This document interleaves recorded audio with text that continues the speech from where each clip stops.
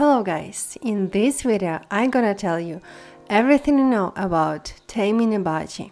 Plus, is it true that we can buy already tamed budgie? So let's get started! How fast you can tame a bird literally depends on the place where you bought it. There are several places where you can get a budgie. You can buy a budgie from a pet store. But first, let's figure out where do they get their birds from. To begin with, bigger shops may have their own breeding assembly line. Other purchase birds from local small breeders or also take unwanted pets and resell them. It's a mishmash, and it's hard to know where every bird comes from.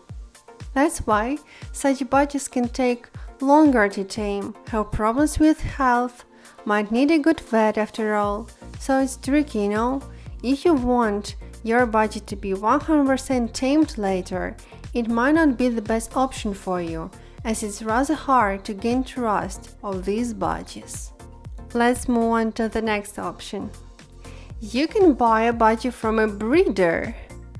It's the most professional way when it comes to purchasing birds. Breeders with a good reputation can discuss and recommend what birds you need. They can offer their help also.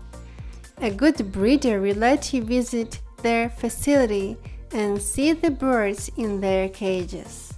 I know a good breeder in my area. The prices for budgies are higher than in a local store for sure, but it's worth it as their budgies have already had good diet and are treated nicely in a peaceful environment. Usually, if you come to breeder for a budgie, they offer you whether a hand-fed babies or parent-fed babies. The difference between two is that hand-fed babies aren't afraid of hands and used to be around human.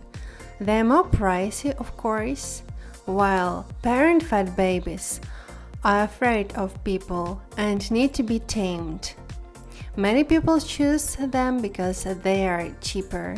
The breeder I know has very tamed budgies because she loves birds a lot and spends all her time with them. For this reason, you have to know what you're looking for. It's your choice. Finding a good breeder can be difficult, but it is so much more rewarding, believe me.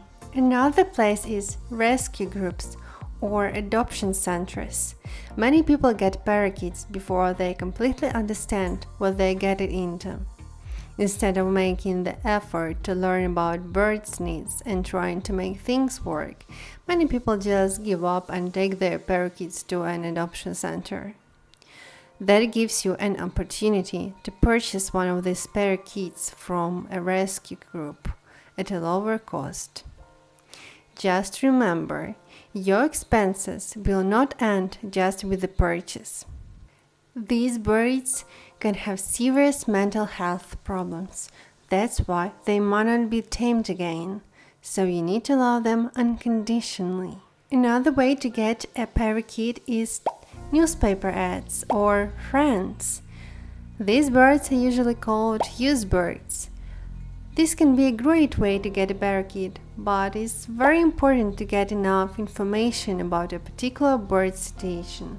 You'll need to listen to the reasons they have for selling and giving away the bird to determine if they are reasons you believe and are willing to live with.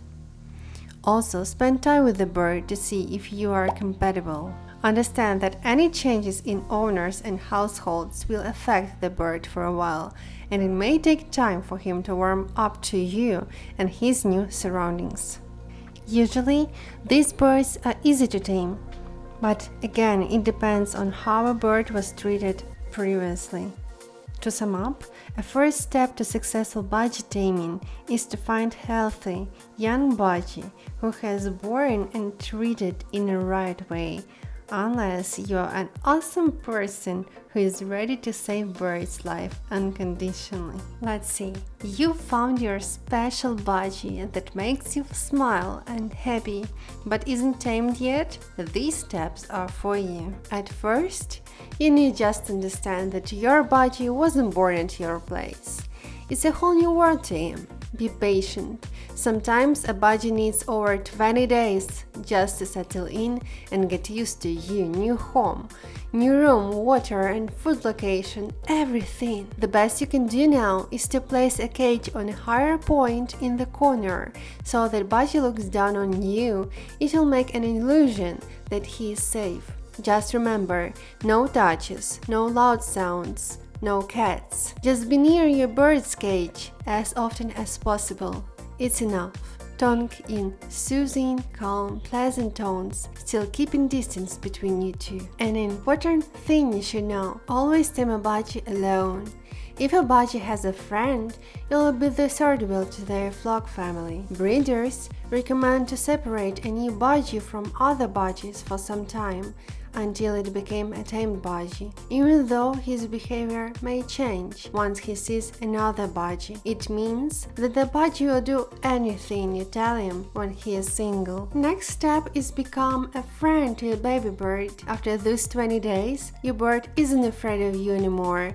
When you change his water or food, he doesn't fly away in the cage trying to hide from you. You can try now keep your hand motionless within 5 to 15 minutes every day, so a bird can get used to your hand. By the way, when you're cleaning the cage or changing water, try to move around slowly and keep an eye on your hand so that you don't touch your bird yet. This step is essential. You need to get to know your bird better, in particular, what food he likes. Start small, for example, try spray millet or a small piece of apple or carrot. Once you understand what he likes, you can move on. Start offering every day his favorite food by holding it with your hands in the cage. It can take a week or two until he tries the food. My lemon started to eat spray millet near my hand after 13 days. It was tough, of course, but remember, patience is virtue. Then try to shorten the distance between you two by putting food closer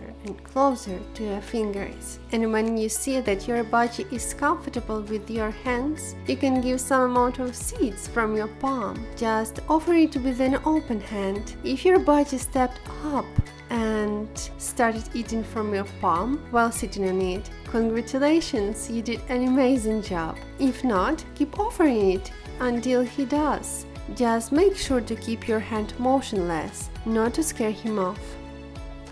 At this stage, you need to teach him how to leave the cage. Just put your little baby on a finger while offering him food and start moving him towards a cage doors. Make sure that the room he is in is without mirrors, cats, big gaps between furniture where he can be trapped after falling down. When your budgie is out, try to put him carefully on the top of the cage, but if he starts flying around the room, then just show him a finger or wait until he sits on the cage again. Don't worry if a budgie lands on another surface or even flies into a wall. Birds do fly into things sometimes, and 99% of the time they're a little dazed but fine.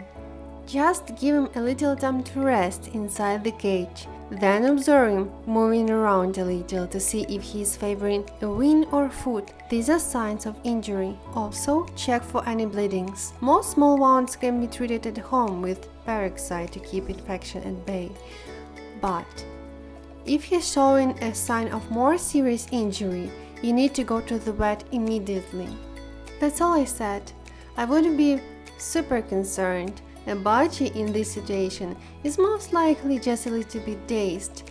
but will be back bouncing around again in a few minutes or hours. For example, my lamb flies into glass doors and walls seldom, but still does. It happens sometimes. Just do not leave a budgie alone when he's out of his cage. It would be amazing if you can create a playground for a bird to sit on it. When your bird is taught to sit on the cage, has space where to play, sits on your finger without any problem. You can teach him how to speak, cuddle, do tricks, anything you want. The sky is the limit. That's all for now. I wish you and your bird a happy and healthy life. I hope this video was useful for you. Write comments, like this video, subscribe to my channel not to lose the next video. See you next week. Bye bye.